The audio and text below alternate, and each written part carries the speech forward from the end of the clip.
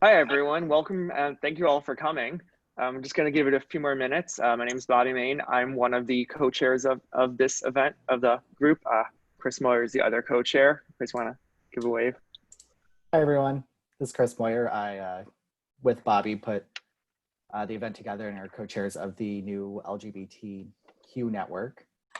I think we're going to wait a couple of minutes. We had about a little over 40 people registered for the event, so we'll give everybody a couple of minutes to log in, get situated, and I think we'll get started.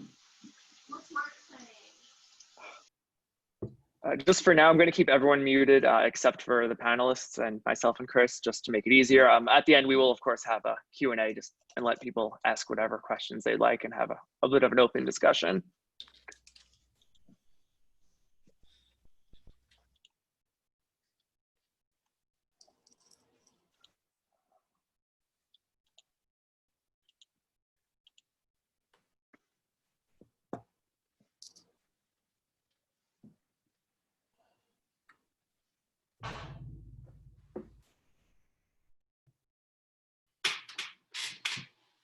There's Mark.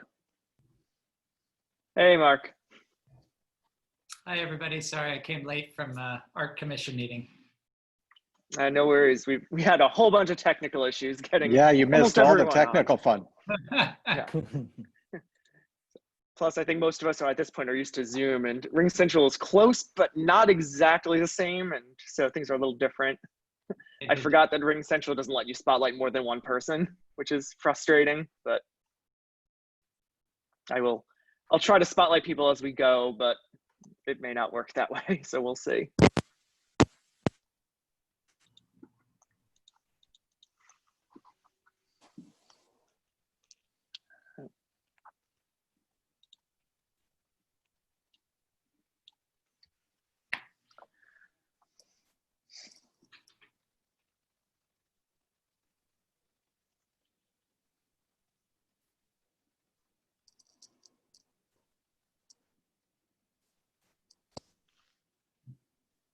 Okay, well, it's 6:05, so I think it probably makes sense to get started. Let's not make this drag out forever. Again, first of all, thank you all for coming. My name is Bobby Main. I am one of the co-chairs of the newly reformed LGBTQ knowledge community here at the BSA.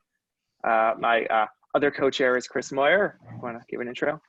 Hi, everybody. My name is Chris Moyer. I am one of the co-chairs of the committee. You know, I think Bobby and I are both excited to get rolling, and after a few hiccups over the summer and a life in COVID, we're trying to get the ball rolling and kind of, you know, start having monthly events and meetings. So look forward to the planning and all of the events going forward, and meeting and seeing all of you in person one day. Absolutely. Okay, so again, like I said, this is something we wanted to do as like an event, just do a little kickoff. And so we've got some really great panelists, I think, with us. Some that I know very well, some that I don't. I'd like to give each of you a minute or two just to give a brief introduction to who you are, where you're from, and just, you know, a little anything you want to give about you. So Mark, do you want to start? Sure, I'm Mark Pasnick. I'm an architect, obviously, and I have my own practice over under with 8 other people involved, and I teach at Wentworth Institute of Technology with a scholarly focus on concrete modernism in the city. Awesome. Jennifer? Make sure I'm on. Yeah. Hi, everybody. I'm Jennifer Pink. With a 40-plus year career in the industry, starting off in the building trades, working for a general contractor as a superintendent, working for the MWRA on the Boston Harbor project, working on the Big Dig, and then founding a firm in the late 90s, Pink & Co., which is now Answer Advisory. And I have my undergraduate training was in the classics, Latin and Greek. I occasionally play architect on TV as well as lawyer with the role of the owner's project manager. Awesome. David? Hi, everybody. My name is David Hassin. I'm the president of Hassin & Associates Architects. We're 27 years old this year. We're located in the south end of Boston. We're about 30 plus architects, interior designers, and graphic designers working in a multidisciplinary format on a wide range of projects. And it is a real pleasure to be here with everybody tonight. Thank you. And Jim? Hello, everyone. I work with Lears Weinzapfel Associates with Bobby. I've been there for over 40 years, right out of school. And we work on various projects like courthouses. I'm working on a police station right now that's in construction. And one thing, I was in the previous gay group for the BSA back, I don't know, 20 plus years ago. It was called Be Glad. I think it was Boston Gay Lesbian Architects Designers. And so this is fun seeing this rebirth of the group, kind of. Awesome. One note actually that Jim mentioned, yeah, the LGBTQ plus knowledge community is a very long name, and we're absolutely open to other ideas for names. So if you have any, please drop some suggestions to us, because we'd love to have one that's a little less wordy. But so I guess we'll get started. So first and foremost, I guess the first question I have is, I'd like each of you to talk about one way that your LGBTQ identity has influenced your career. You know, moves that you've made, things that, you know, has helped you, harmed you, whatever. But I'd just like to hear some stories about, you know, like where your identity has helped you fit in the industry. So does either any of you want to take a swing at that one first? I'm happy to. Sure. This is Jennifer. I think it greatly influenced the kind of work that I've done, and particularly with my firm Pink & Co. Because when I came out in 1973, and I was deep in the closet at work and that was in high school. And so I was a radical in college, and then deep in the closet when I was in the construction industry, which was super hostile. So I think that the significant influence it had on me, it was the environment had changed radically, I think.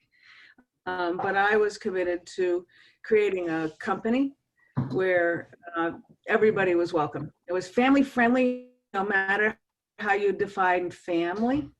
And also our focus always was on a lot of affordable housing and nonprofits, because I think, having been one, I truly identify as the underdog, and that's the client that I like to serve. Awesome. I'm happy to jump in if you want. So I think that the nature, I would have to say that that it influenced almost every decision I made about my career, especially early on. I mean, we all come to this with our own sort of personal stories. And when I arrived in Boston, Cambridge area, it was 1984. I arrived at the GSD. It was I was very closeted at the time. It was the height of the AIDS crisis. I had spent about a year in New York, working in New York before I came up to Boston. And it's just important to remember that that was a really challenging time. People were dying every day. People were actually afraid of gay people and of contracting the virus. And it was a really unsettling time to try and come out of the closet at graduate school. And so I think that one of the things that how it influenced me over time was that I hadn't really seen many gay professionals in my internships and in my life leading up to being at the GSD. Any gay sort of mentors were academic in nature, mostly in graduate school, or in some cases in undergraduate, but not in the corporate world that I had been working in. And I was struggling to figure out how I was going to fit into that. And I think that coming into a relatively supportive environment like graduate school and Boston, Cambridge in particular, I made decisions about where to start a practice and where to ultimately form my own practice in the South End, in Boston, another very sort of supportive neighborhood and community. And so it was all really tied into trying to find people, a support group, a support network that would allow me to thrive professionally. Awesome, thank you.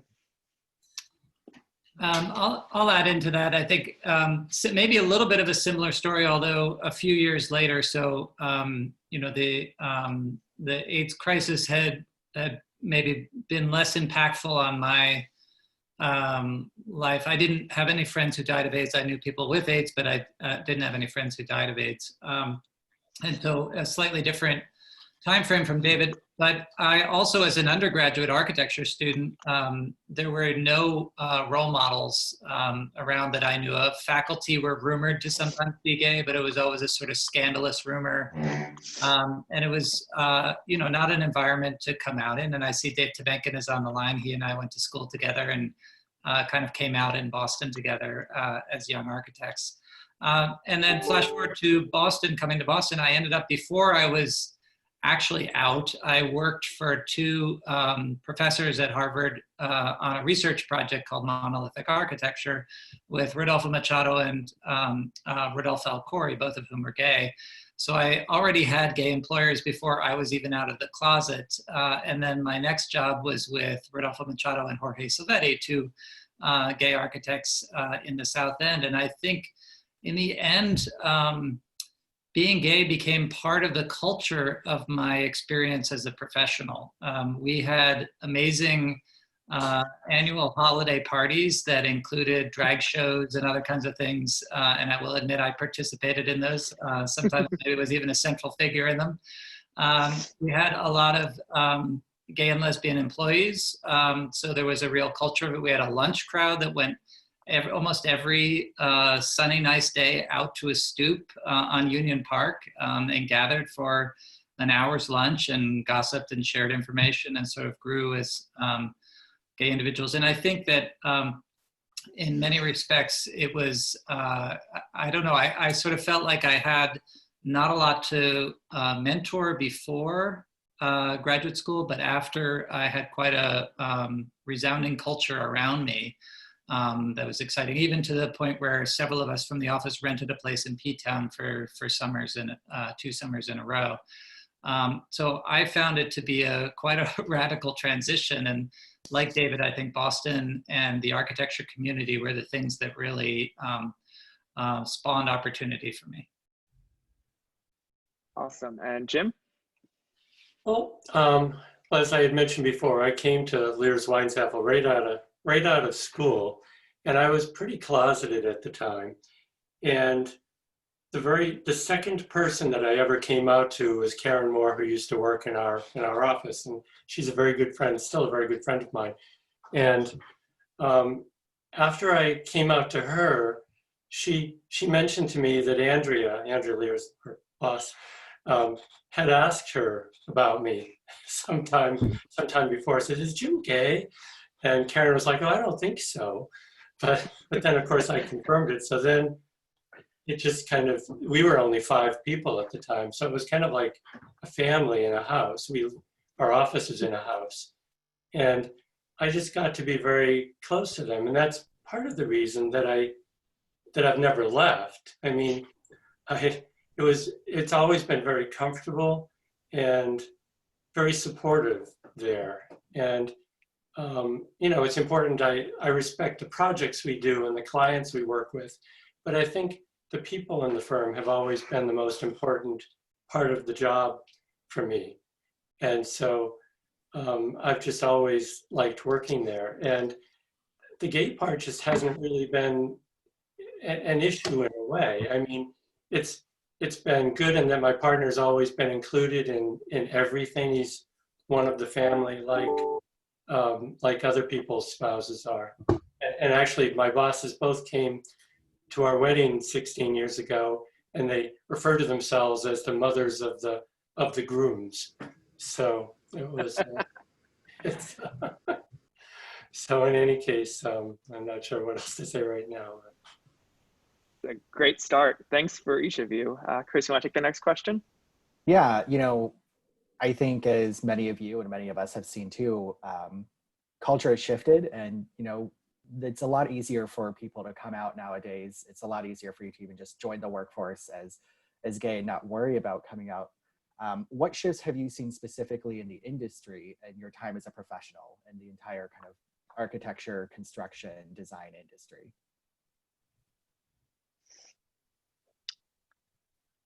I'll call on someone if I need to. Go ahead. I'm happy to jump in. I mean, I think that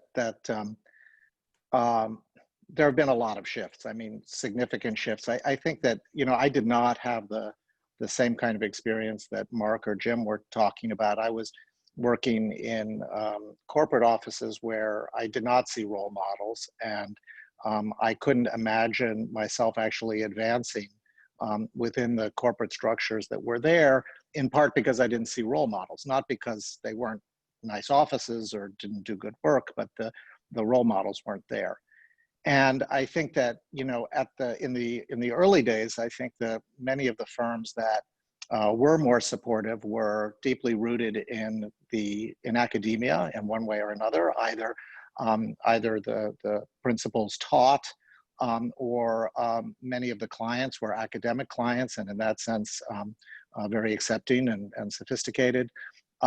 I think that there was less opportunity, or it was less supportive in environments that were, let's say, more traditionally corporate or construction oriented. I'm going to be definitely interested to hear Jennifer's take on this. But I think one of the things that has shifted is that sense of that opportunity shifting into different kinds of offices, not just being sort of in the ivory tower or an academy, but opening up to a larger array of professional opportunities.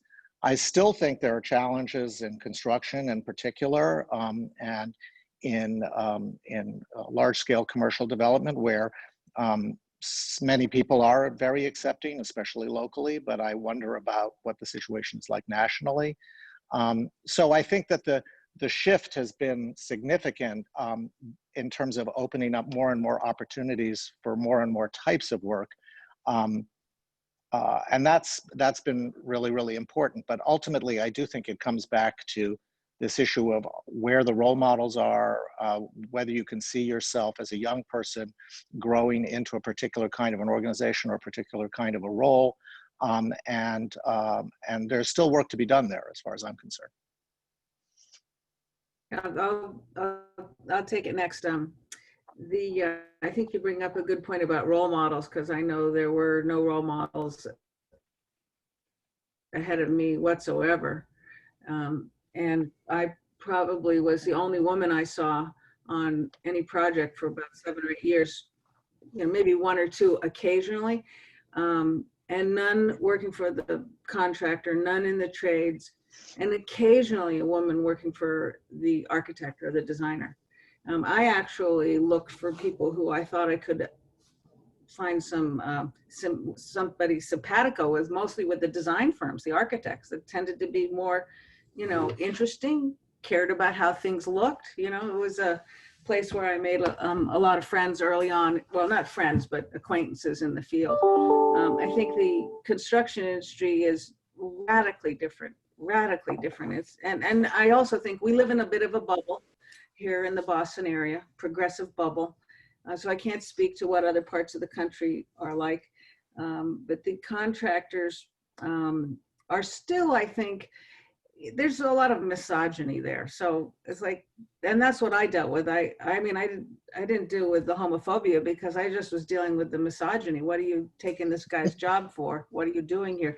And it's all, I mean, it's so radically different, but it is a macho business. I know, I didn't receive much of it, but my staff was still receiving, the hairy eyeball when they showed up, or being at meetings and being talked over and stuff like that. And I think if you are distinguished as a minority of some type, in the world of construction, you'll be treated, you may get the hairy eyeball, or, you know, people are rude to you or overlook radically. I don't even think about it anymore. Probably because my reputation and who I am precedes me after so many years. But it's changed just like 180 degrees from what I first experienced. But I think we have, you know, we have a ways to go. You know, I still know I harbor some insecurities about revealing my whole self, especially in construction, not as much as I used to. And I think we have a ways to go that way.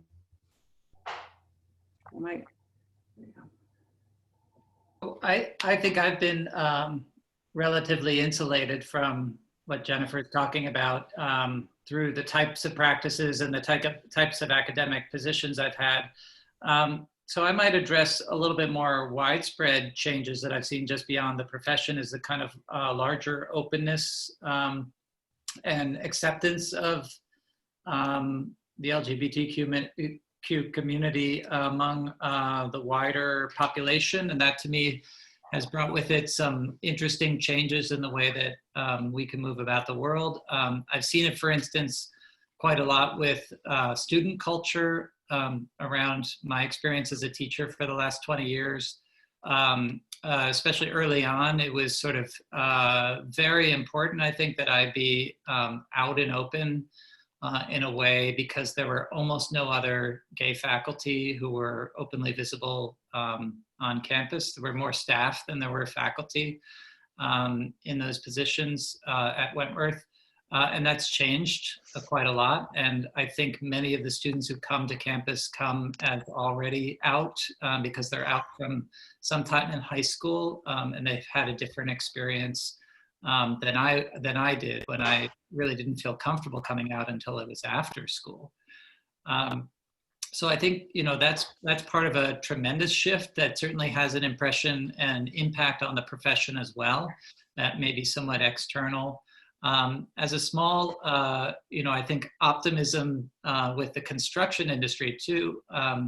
Many of I'm an avid cyclist and have a group of friends, pretty much all of whom are heterosexual and substantially younger than me. They're usually in their late 20s or early 30s. Many of them in the construction industry. Shawmut Design and Construction there's a whole group of people that I ride with. And somehow I think they're glad that I'm gay and on their group, because you know, that's sort of interesting and different. And there's a whole new openness to people who are different from one another in today's emerging culture of young people. So I find that really refreshing. I do remember once sort of lamenting the fact that I missed the secret nature of the gay world that I grew up in, the sort of like you would see another gay person on the subway and the two of you would know that each other was gay, but nobody else in the car would.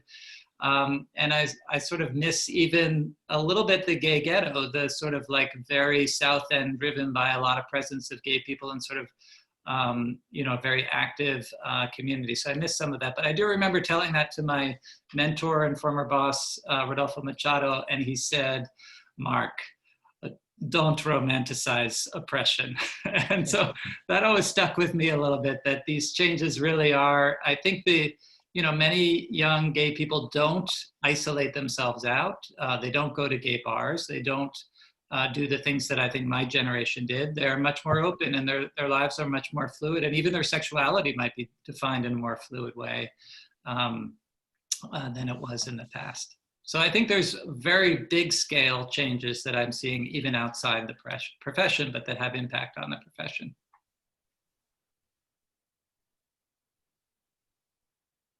My turn. So yes, I could relate to a number of things each of you have said. The contractors, dealing with the contractors is the most difficult part for me. Even still, I think over the years, I mean, I've been out to my office And I'm out to a number of our clients over time. There've been many clients that we would have these weekly, this is mostly in construction, we would have these weekly meetings and see each other, and we would go to lunch and just end up just chatting about all kinds of things at lunchtime, especially the women dealing with state agencies, which have a lot of women working with them. And it seemed like I always ended up having lunch with them every week for years sometimes. And so it would have to come out. I would talk about my partner and various other things, but I don't have that connection with the contractors that I've dealt with. I feel like that's more to do with me than with them. But I find it intimidating in some way.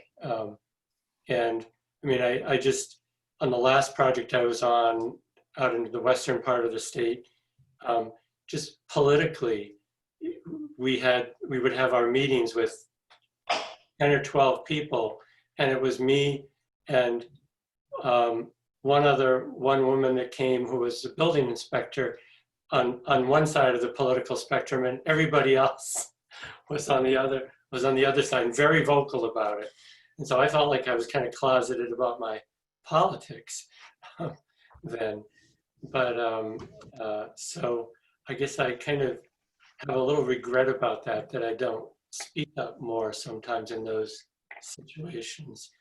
But one practicality of things that have improved is insurance. When I started working, I had my insurance policy, my partner had his wasn't as good as mine at the time. And I asked my bosses if he could be on my policy, and they thought about it. And then we had just signed up for what the city had at the time, a domestic partner, something, I forget what it was called. And we did that. We had the signed piece of paper, and they're like, "Oh, that sounds good. He can be on the policy." So that was kind of an office change that I think at the time I was the only gay guy in the office, but now I'm not, and that has made a change for everybody else. And so I think benefits and things like that, becoming more inclusive has been a good thing. So I just want to jump in on what Jim said, because as you all know, when you registered, I asked if anyone had any additional follow-up questions. And Jim, you actually answered one of them in that question right there. So I wanted to see if any of the panels, unprompted, sorry for throwing this one at you, but do any of the other of you on the panel have anything to speak about disparities for things exactly along that line, like the benefit packages? Like, have you had to deal with issues like that in your own firms? How did you address that? And how do you think that things have come in that way? If anyone has anything to add on that. Well, I mean, speaking for myself, I think that one of the advantages of being a firm leader was I was able to implement policies that were absolutely dealt with that as equally as I possibly could, as early as I possibly could, as soon as the laws allowed. And I think that's about the issue of making sure that there is that voice is heard at the level of the benefits managers and everything else at firms, and not just architecture firms, but all kinds of firms, construction firms and so forth, all across the board, that there's real sensitivity to those issues. And now one of the interesting things about the marriage laws is that, which was not something that I actually could have foreseen when I first came to Boston in the mid 80s, but still being sensitive to partners that may not be married, and making sure that that there's a real understanding around issues like that. Sort of almost like still in a sense supporting the idea of domestic partnerships, even though there is marriage equality. So I think that there are definitely. It's a cultural thing too in the office, just making sure that everyone feels that, as Jim said, at Lears Weinzapfel, and Andrea lives right just down the hallway here, that there's a really supportive environment and that your partner is welcome. You know, I can still remember going to my first holiday party at a very big firm here in Boston and being the only person there with who was bringing his partner. And now that's like a thing of the past, you know, it's a completely 180 as Jennifer said. So, but so I guess that's what I would say about the benefits, is that it's important that the firm leadership everywhere is sensitive to those issues.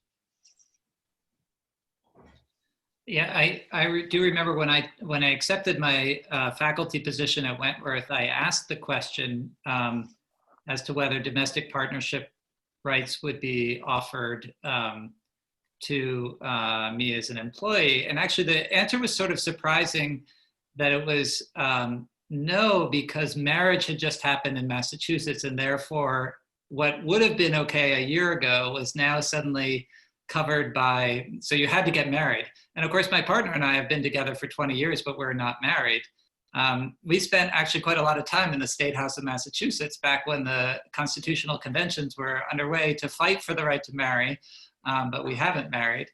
To me, it was sort of an interesting moment, because the rights that we were, finally acquiring after these years made it a little bit more challenging for people who don't decide that marriage is the right institution for them. And even at that time, I think for a lot of gay people, well, I assume gay, lesbians, and many other members of our community, marriage was traditionally a kind of institution that had shunned us. And so therefore, was it the thing that we wanted to suddenly adopt? And there was a lot of debate about that in the early 2000s. I think younger generations don't see that issue any longer. But there was a time where it was actually more liberating to be able to work in a progressive place, because rights had been given to you in a different way. And that's changed with full acceptance. I think it's a great thing that we have marriage rights, and certainly I fought for them myself personally, but it did change the calculus in some ways. And so David, you're right. I think it's interesting to think about other structures that should be acknowledged in our benefits packages that are not just, the form of legal marriage. I think the gay marriage debate brought that to the foreground, I would say. Never thought of it that way. That's a really interesting perspective. I like that. Okay, so moving on to the next question that was a prepared question. Sorry to put you all on the spot, but thank you for your insight on that. So obviously, we all know homophobia and the normal the normal issues that you would expect. But have there been any surprising stumbling blocks along your career where your LGBTQ identity has, has given you a weird hardship or a stumbling block, or just something that, maybe you're not thinking of, but just a weird little interesting story, if you have anything along those lines? And to tag on that, I would also just like to encourage if there are any surprising good stories. Yes, of course. that your identity and who you are as a person, maybe you were treated or reacted to differently or better than what you were expecting.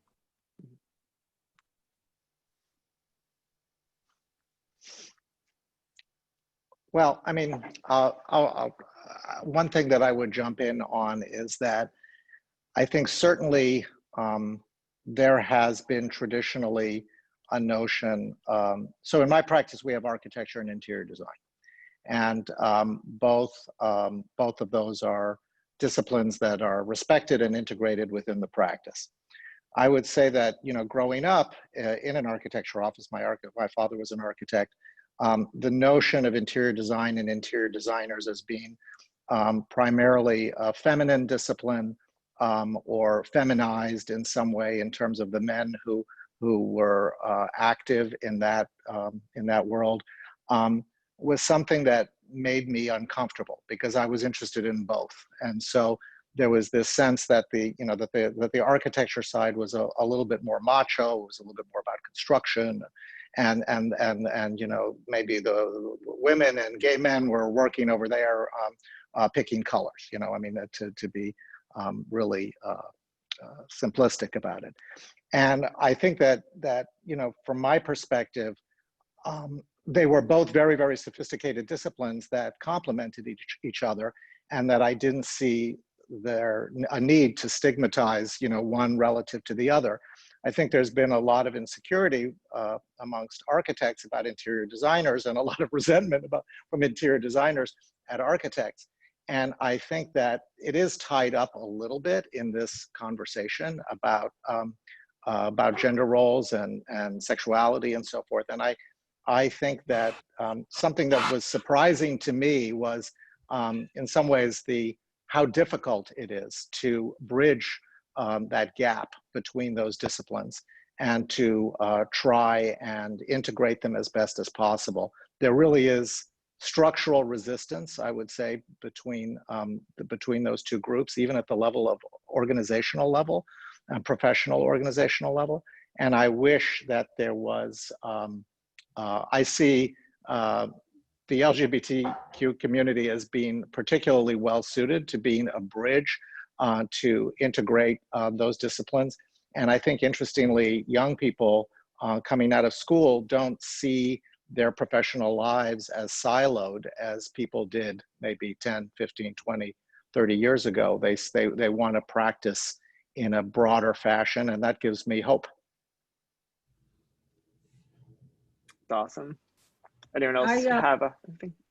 I struggled with the question because I was like, well, that was probably the first half of my career, was everything was a stumbling block, and it was very difficult to be my authentic self.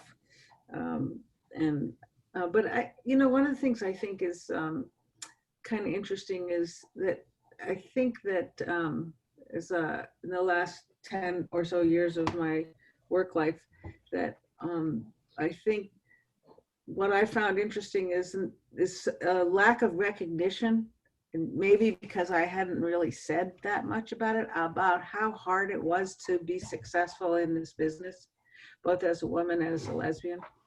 I mean, it really is incredible that I actually survived when I look back at what I had to put up with through most of the 80s and well into the 90s, less so in the 2000s and on. So I guess in some ways, I think for some reason that there's a perception that, well, I just got handed this on a silver platter.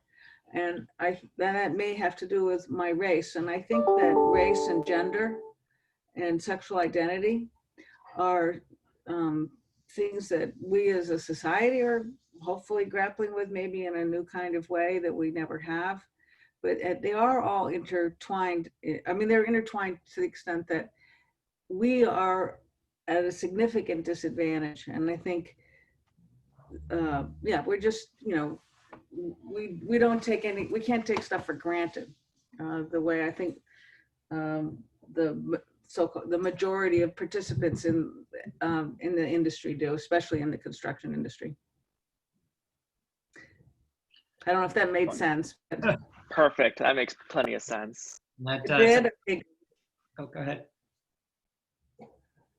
I was going to add a story from my career that had a major impression, and maybe I'm imagining, Jennifer, you probably have 100 of these stories, but it was a colleague of mine, lesbian in the office, who was working on a project in the late 90s at a major Ivy League university, so supposedly part of this bubble that we're all excited about. And one of the construction team wrote in big letters on a wall derogatory comments about the architect, meaning this woman, who was the only one doing CA, and so it was very directed to her personally. And it was harassing and sort of scary. And I think, it took me aback, that kind of scale of meanness and viciousness at which this woman that I knew and had a lot of respect for and was really smart and thoughtful and a great architect and a kind person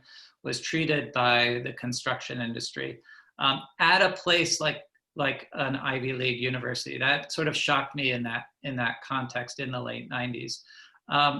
to make it a little happier story, the material with which they wrote this message was only used by one trade that only had one person working on the building at the moment. So it became very clear who had done this, and the person was fired immediately. And so there was, you know, at least a little happier outcome to, I mean, I shouldn't say happy because it's not particularly a happy outcome, but at least there was some justice at this. But it sort of shocked me. I don't think I had been prepared for that kind of vehemence against somebody who was a friend of mine. And Jennifer, I imagine you've felt that many, many times.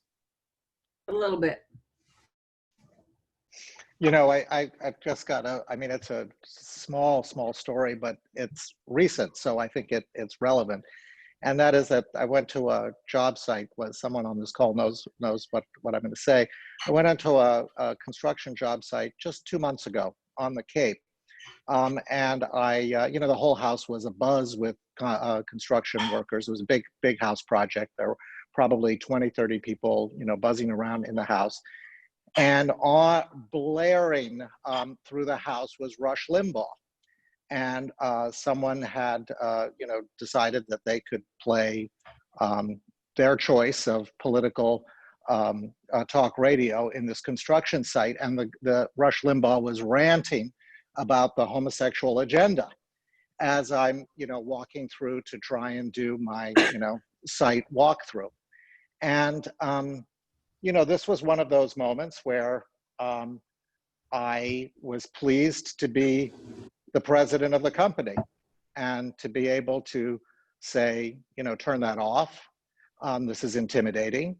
And to call the president of the construction company and say, you know, I think you need to think about how, you know, how the job site is working, because there are clearly people there that are not comfortable confronting that kind of passive aggressive behavior. And I think that it's the passive aggressive stuff that I think isn't as directed as writing something terrible on the wall, which is of course awful, but that comes through in subtler ways, and can be, especially for a younger person or a junior person on the site who may not feel like they can say something or do something. I'm sure women deal with this all the time.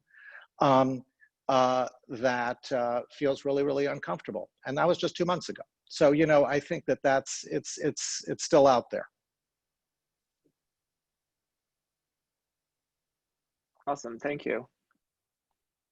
David, I just wanted to piggyback on something that you said and ask another question. You know, in my office and in like discussions that I have with a lot of people, women oftentimes talk about being uncomfortable or with the job site when they go out on the job site, and how masculine the site is, and how it can be very uncomfortable for women. And I find that, especially when I first started, being out on the job site was also very uncomfortable for me. And I think a lot of other gay people probably have felt the same way going out on job sites. You know, I wonder if any of you guys have any advice or stories about how to kind of get over that unease or that uncomfortability being part of the LGBT community in such kind of a classic Toscalan masculinity workforce. I think I'm going to defer to Jennifer on that. I'll start that. Here's the thing I figured out really early on, and maybe it was just delusional because it helped me survive, but I do think that if you're new, whether you're a new architect, a new field engineer, a new project manager, and you're young, you're just green. And there's sort of a kind of a hazing that goes on to test you. And so you should not assume, I don't think that it's because you're gay. You should assume that you're just going to get hazed until people get to know you. So I would, and that's maybe, I think that's still true. And at least that was how I recognized and survived way back when. is do that. The other thing to do, the other technique is thick skin and round shoulders. Don't let it bother you. Let it roll off your back. I mean, when David talks about going to a job site and being able to do that, I say hallelujah, because like 30 years ago, there was stuff going on and nobody had a voice. I didn't have a voice. I was, who was I? I mean, I could maybe talk around it, but I didn't have the authority or the voice to counter some of the stuff that you would see on a job site. So I'm really pleased when David, when we can do that now, especially those of us, been around the block a few times and we're in a position of authority. But I do think thick skin and round shoulders is that, they're, especially in construction, I mean, they're very, it's a kind of a crude people, a lot of times. They're rough, they're not refined. They're construction workers. I actually liked working with construction workers, and I'll tell you why. First time, a quick detour. My first time in the office, I was 30 years old. I was a construction manager at the MWRA, and I'd been in the field since I was about 20. And I had learned to survive in the field. Going into the office, I used to go home crying at night because everybody was polite to you, but boy, they stabbing everybody in the back. And I wasn't used to that. In the field, who doesn't like you. You can see it in their eyes. You know how they talk to you. It's like, well, maybe I'd win them over. Maybe I wouldn't. Maybe I'd just ignore them. So I do think, it's the nature of it isn't. And I also, Jim, you're talking about being in a job meeting where you've got a lot of people on the other side of the political spectrum. And how are you really, you're not really going to address or engage in a lot of dialogue with a whole bunch of people who are either playing Rush Limbaugh or got other guys' bumper stickers or whatever they're doing. It's like, it's not worth it. Just do your job and leave, maybe some one-on-ones with people will make a difference. But it's a weird place to be. It can be. It's funny that job site. Oh, sorry. The job site that I mentioned, that I got along with all of them, and they were actually very, very, very nice to me. It was just weird that when they got into these political discussions that I even realized what was going on in their heads. I was kind of shocked, but yeah, what someone else said, the masculinity out on the job sites. There are some job sites, I don't find it as true now as 20 years ago. The superintendents just yelled a lot. They seemed to feel that was part of their job descriptions, was to yell at everybody. And we would be sitting at a table, and I would be there with all of the subcontractors, and he'd go around the table and he'd yell at every single one with, where is this, where is that? And then he'd get to me and we'd do the same thing. And it's like, hey, I don't work for you.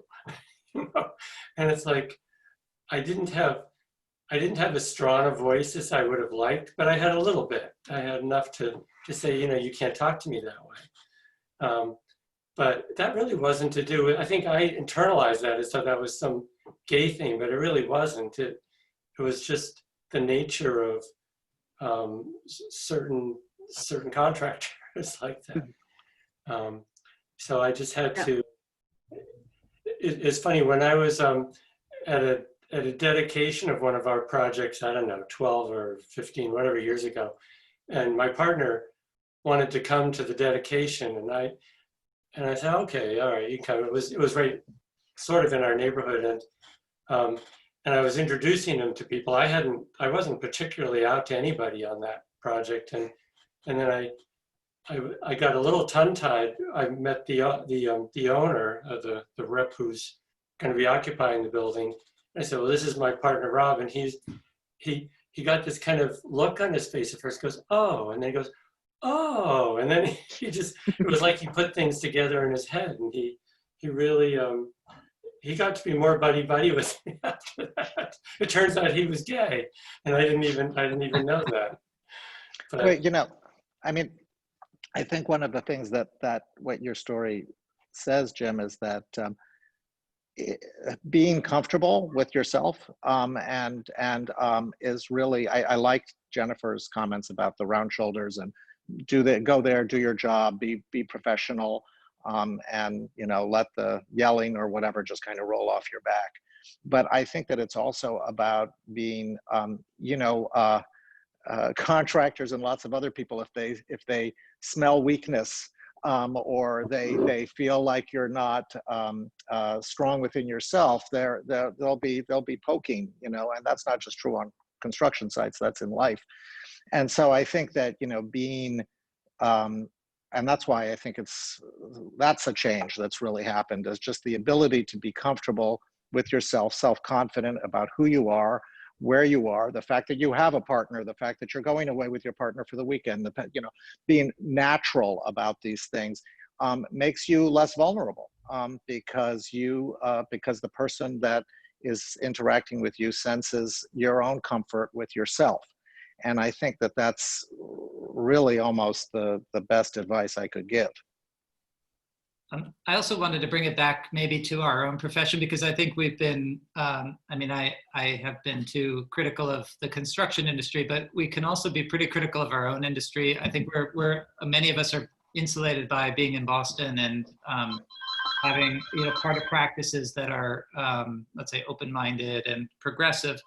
But when we look at the numbers of our profession, I think we're really still, architecture itself is still stuck in an era similar to construction, with a lack of representation of minorities, lack of representation of women, lack of presence of the LGBTQ community. So I think probably for me, one of the things, besides thickening our skins and maybe standing up for ourselves, is also becoming allies with others. I think that I see it in the younger generation of students that I work with a lot, a desire to change the world, a desire to advocate for change in the world, a desire to be part of a new vision of what the world should be and to fight for that. And I think we as a community need to be a central part of that. And to any gains that we've made, we need to ally ourselves with others and help extend those gains more broadly within our own profession too. I just want to make sure that we remember that architecture is a pretty dominated by a limited number of people profession too, just like the construction industry. And I saw something flash in front of my screen that said, "Don't forget about the engineers," which is true. So I want to acknowledge all the engineers out there.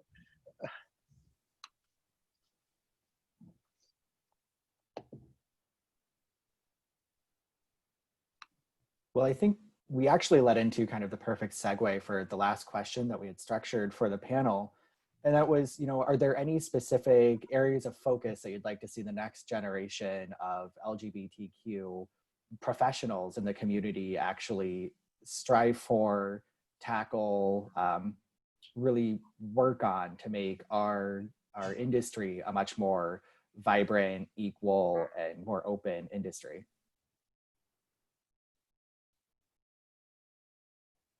Well, Jennifer alluded to this in one of her comments earlier, and I think that I'd like to reinforce it, which is that and Mark as well, that our profession and allied professionals are grappling with issues of diversity, really, and the focus, of course, right now, very much around the Black Lives Matter movement and making sure that that women are also achieving parity in all ways.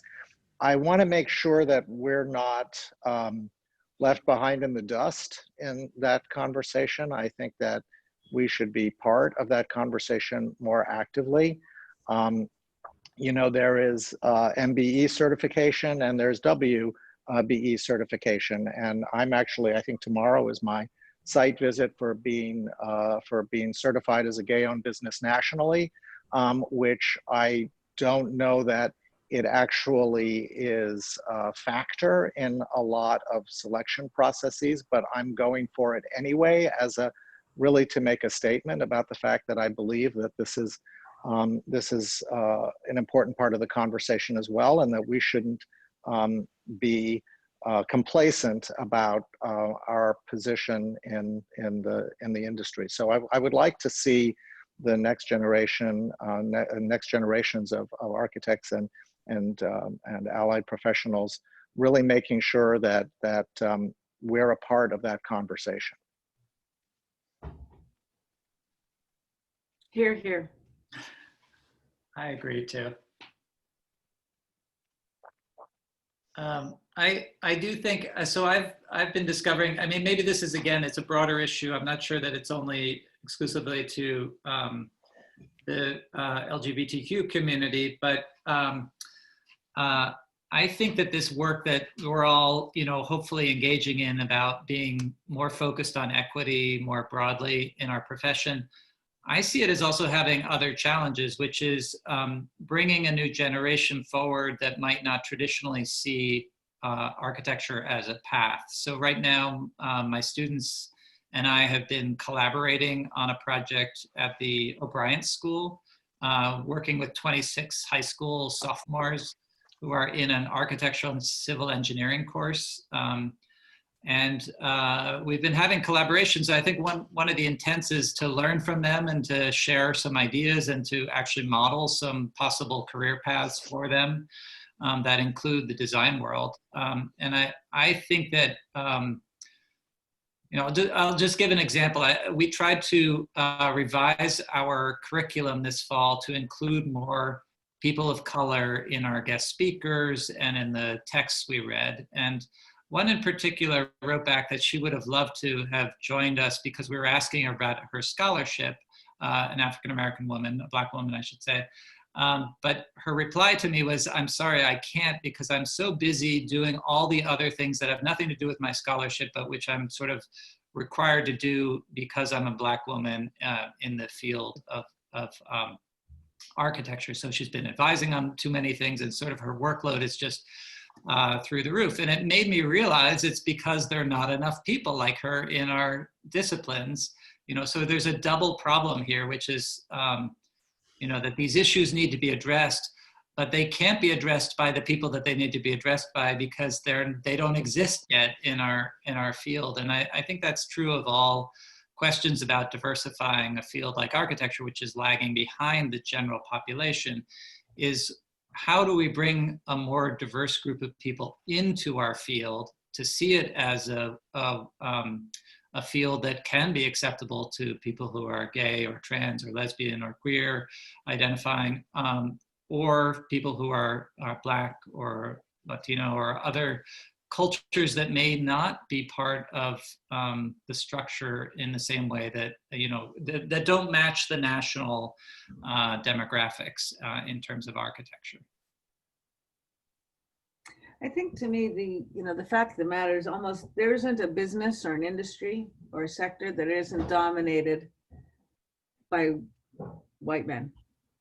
And so, and if we're going to change the world, and the younger generation is going to lead the change, and I don't know what it would exactly look like, but I really feel like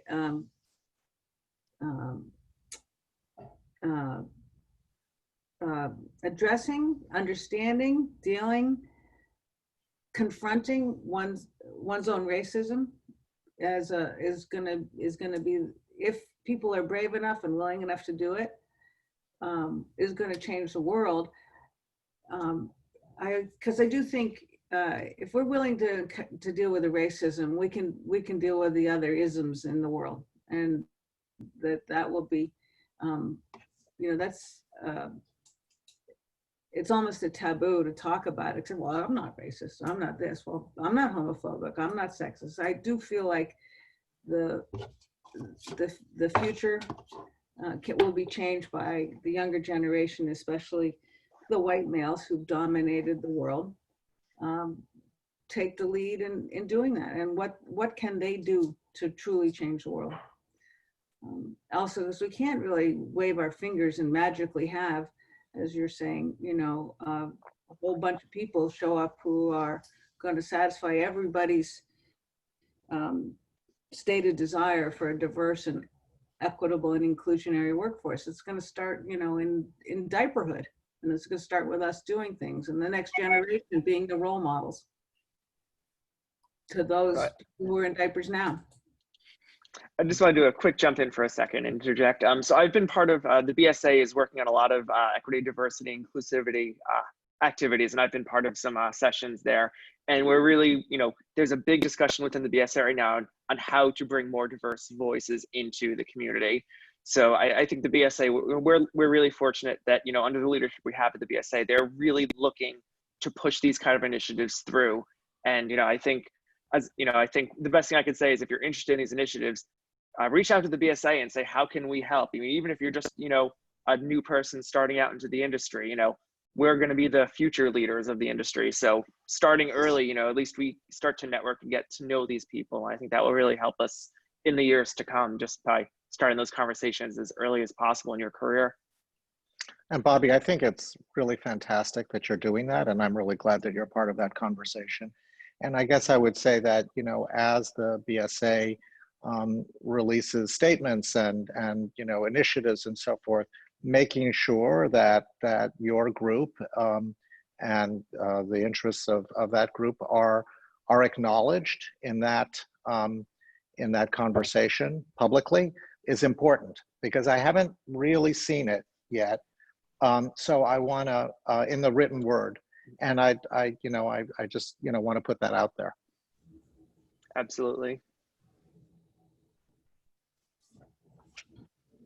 So I do know that we are at 7 o'clock, and I do want to be respectful of everyone's time. So if any of you do need to duck out, I completely understand. But I have seen a few questions come in the chat, and if anyone does have any additional questions, and if you're willing to stand a few more minutes, I'd just like to ask at least 1 or 2 more of them, just because I think they're good.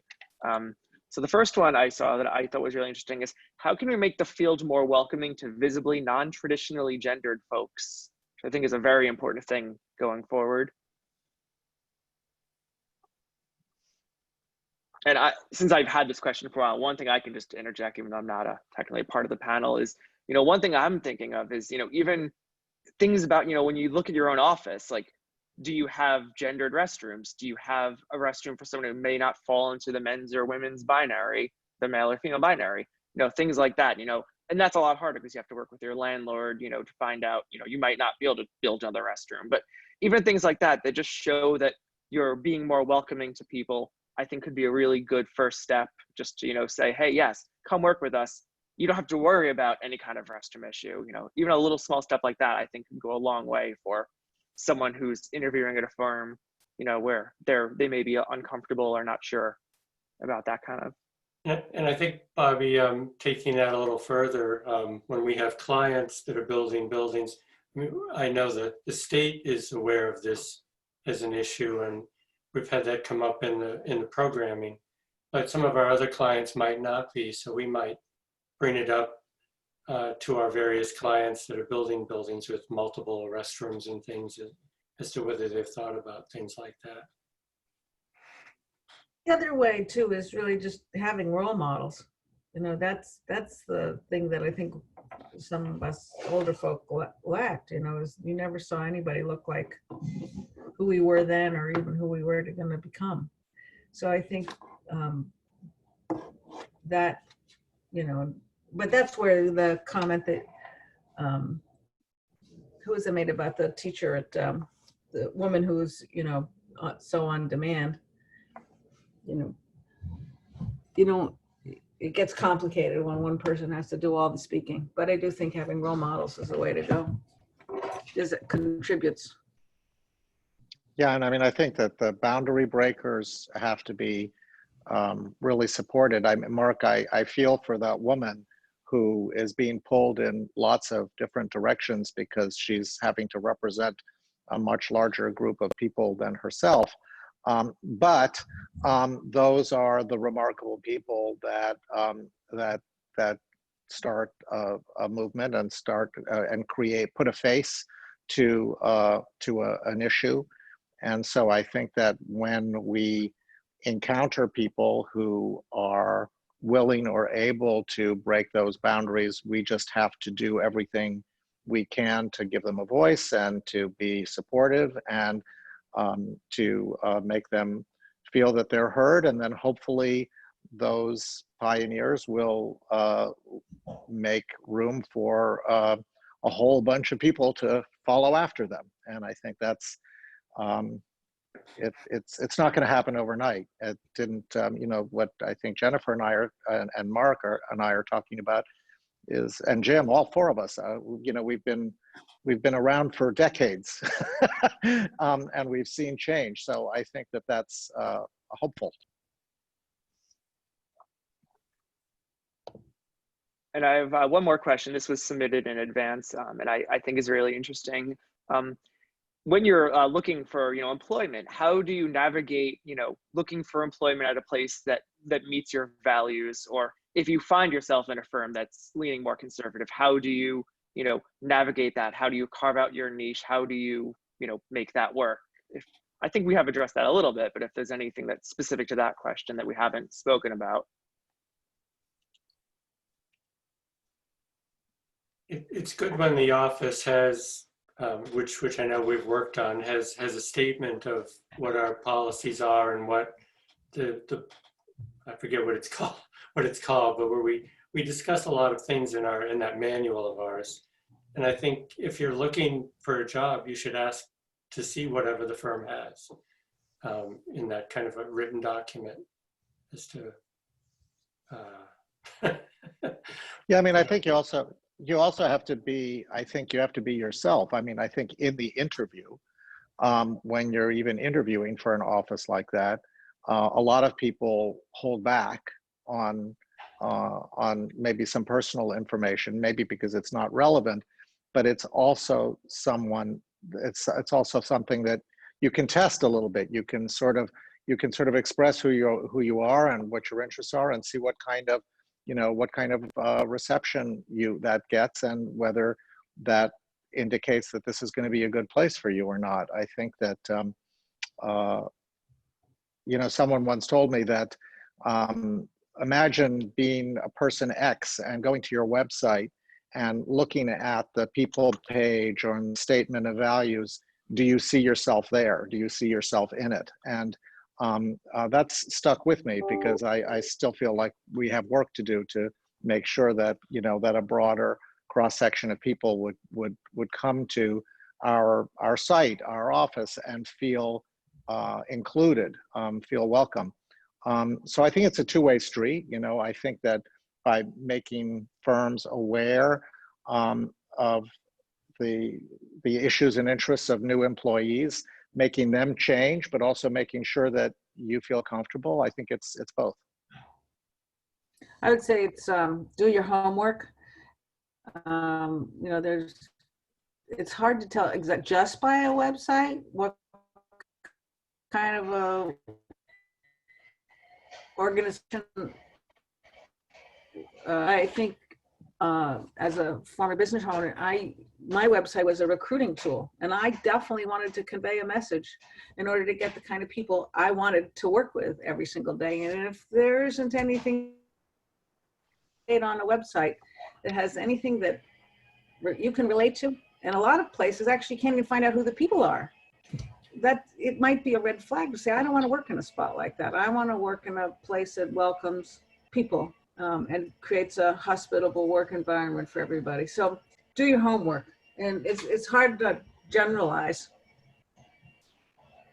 I think we're at an advantage these days where, you know, a lot of companies have really good websites. Plus, I mean, you could look at the kind of work they do, because I think at that point you can see, like, you know, just the kind of projects they do and the feeling of some of these projects. You can often get a good idea of the people behind it just by looking at the work.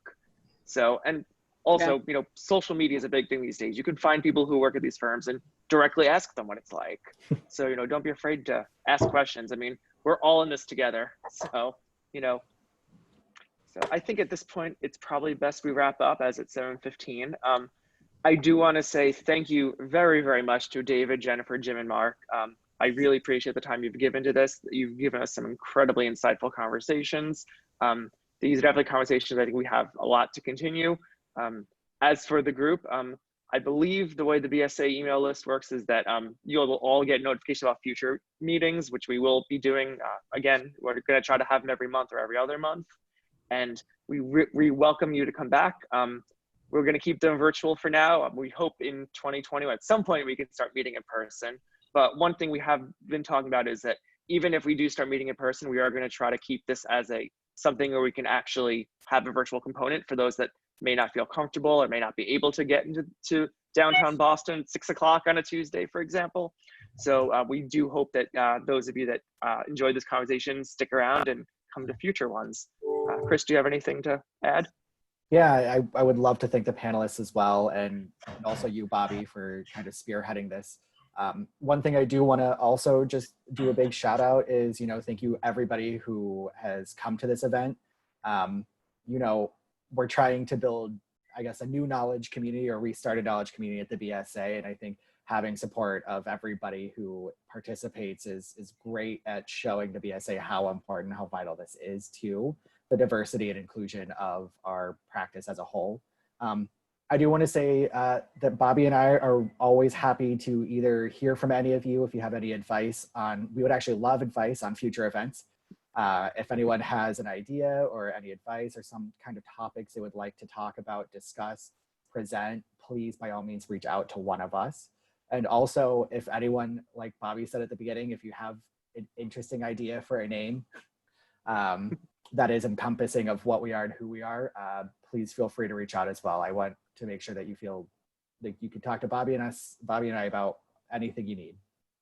And once we have a name, then we can go to the fun part and design a logo. Exactly. So again, thank you everyone very, very much. Thank you for having us. Yes, thank you. Thank you so much. And when we are ready for an in-person meeting, I'm more than happy to host. So something to look forward to. So someday soon. Wonderful.